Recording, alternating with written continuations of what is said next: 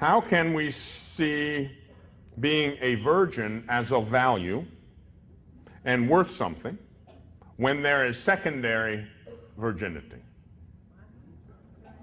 I'm going to guess. I'm not positive what secondary virginity means, but I can guess at it. I can guess at it.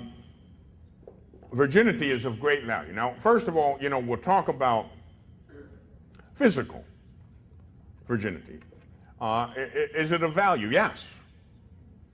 To those who are called to it, it is of enormous value. Enormous value. That's like saying to me as a priest, is consecrated celibacy of any value? Of course, it's of value. Now, it is possible for a married man to be ordained a priest. This is another question that gets asked all the time, so I'll answer that one too as long as I'm here. A married man, theologically speaking, a married man theologically can be ordained, and they are in some of the Eastern rites, right? You know that there are some married priests. My order in England helped Cardinal Basil Hume bring 2,500 Anglican priests into the Catholic Church, and almost all of them were married. Almost every one of them were married. And we gave them some instruction. They took the oath of fidelity, and they entered the Catholic Church with their wives and children with them. Is that theologically possible? Yes, of course.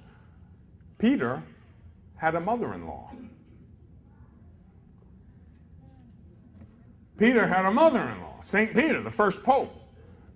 So is it theologically possible for a married man to be ordained? Yes, it happened from the beginning, and so that it's okay. Now, in the Latin Rite, we have chosen, and we didn't have to, but we've chosen that priests will remain celibate. That priests in the Latin Rite can't be married. Okay. Is it a good thing? Is consecrated virginity, celibacy, a good thing? Yes, of course. Why? It has to do with spiritual life. Now, I'm a priest, so I'll talk about what I know best, but what I say about priests can also be said about religious sisters who have a vow of perfect chastity in consecrated virginity. It has to do with spiritual life. Mom and dad, in an act of marital love, come together and beget life, children. That's a potency and a fertility resulting in life. Consecrated virginity, celibacy is like that. It's a potency, it's a fertility that begets spiritual life in the church. We beget children in the order of grace. You'll call priests father. Why? We don't have biological children, but usually, but in the Eastern Rite, some of the priests, they do, and that's okay. But that's one thing. In the case of celibate priests, we have children too. You call us father. Why? Because we have spiritual children. And how do we beget these spiritual children? Through spiritual means. The faithful exercise of consecrated virginity, celibacy, results in life, spiritual life. You beget children in the order of grace. And so it's a good thing. And then what about just virginity, the physical?